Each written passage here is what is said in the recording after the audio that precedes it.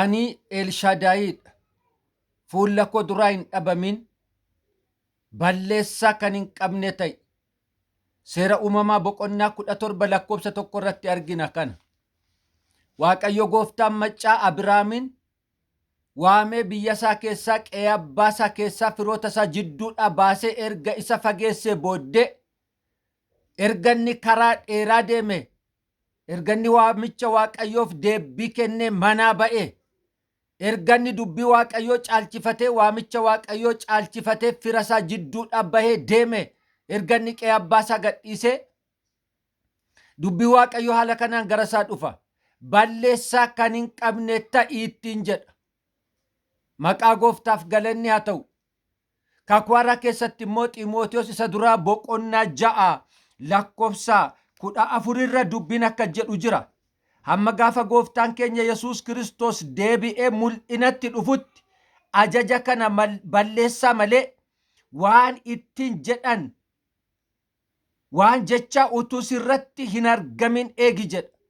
Hamma gaafa gooftaan keenya Yesuus Kiristoos deebi'ee mul'inatti dhufutti ajaja kana balleessaa malee waan jecha utuu sirratti hin argamin eegi jedha.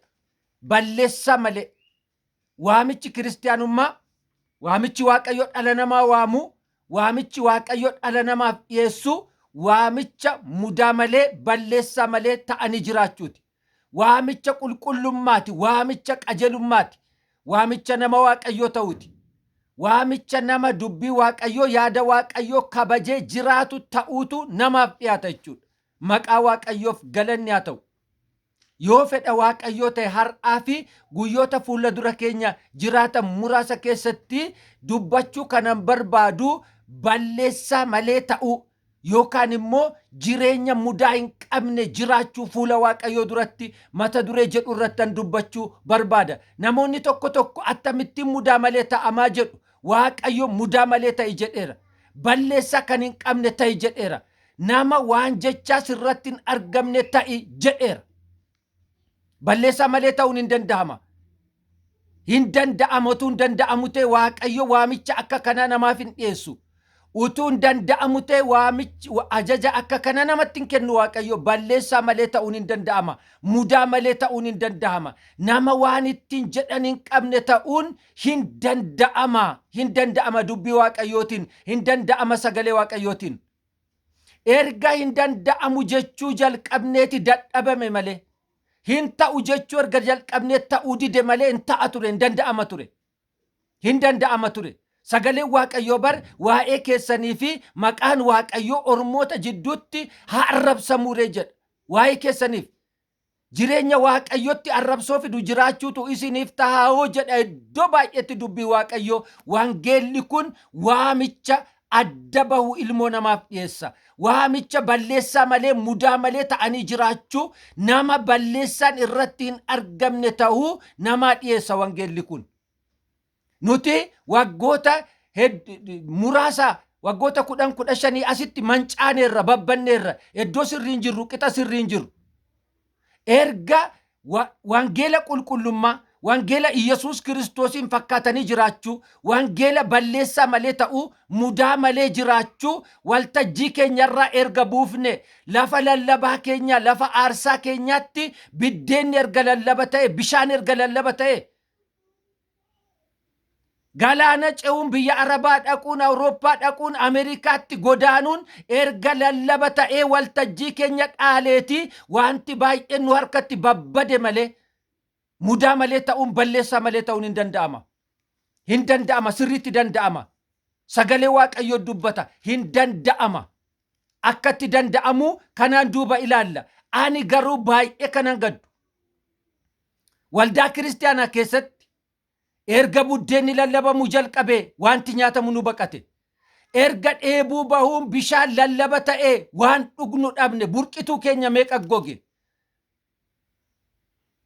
Erga biyya ofirraa godaanuu lafa irratti dhalatan irraa godaanuu qeetti dhalatan jibbu biyya ofii jibbu eddeetti dhalanne eddeetti akaakileen keenya akaakayyuun keenya jiraate lafa keenyarra biyya Arabaa biyya Ormaa akka mootummaa waaqayyootti walitti lallabuu erga jalqabne mamancaane babbanne wanti baay'een nu harkatti kukkufe hin barbaaddanna malee arganne hin beeknu hin hawwina malee nuu ta'e hin beeku mamancaane caccabne cicciramne jireenyi keenya guyyaarraa gara guyyaatti hammaachaa deeme babbadaa deeme buddeena lallabne wanti nyaatamu nu baqate bishaan lallaba goone lagdi meeqa nu jalaa goge fayyaa bultii lallabne dhukkubni maqaan isaan beekamne nu keessatti mana ijaarrate dhukkubni qoricha hin qabne wal guuree nutti nam'e otoo Kiristoos lallabame ta'e otoo mootummaan waaqayyoo lallabame ta'e otoo jireenyi qulqullummaa lallabame ta'e inni lallabamuun isatti ture waltajjii keenyarraa otoo hin buune ta'e waldaa keenya keessaa otoo hin baafamne ta'e hin jiraanna ture silaa yeroo Kiristoosin lallabnu eebbi nu barbaada yeroo miilli keenya karaa waaqayyoo barbaadu eebbi qe'ee keenya barbaada yeroo yaanni keenya waaqayyoon barbaadu jireenya qulqullummaa barbaadu eebbi waaqarraa lafa keenya barbaada mana keenya barbaada ture isa barbaadamuun itti ture dhiifnee isa nu barbaaduun isaaf ta'u faana erga qajeelle waan baay'een nu harkaa manca'e macaafonni nuti waaqayyoon yoo barbaanne eebbi akka nu barbaadu nutti himu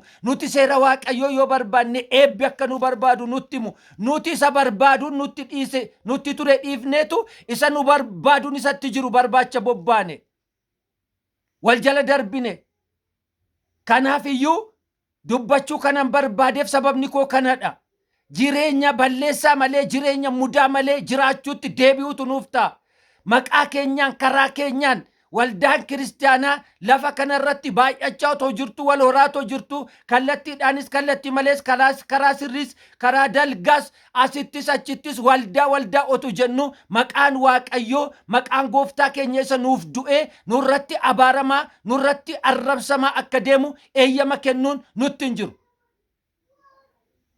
hin jiru balleessaa malee ta'uu mudaa malee ta'utti deebi'utu nuuf ta'a kanatti yaada waaqayyo si na gargaaru waaqayyo nu na gargaaru borutti deebina isatti aanutti jechuudha ulfaadha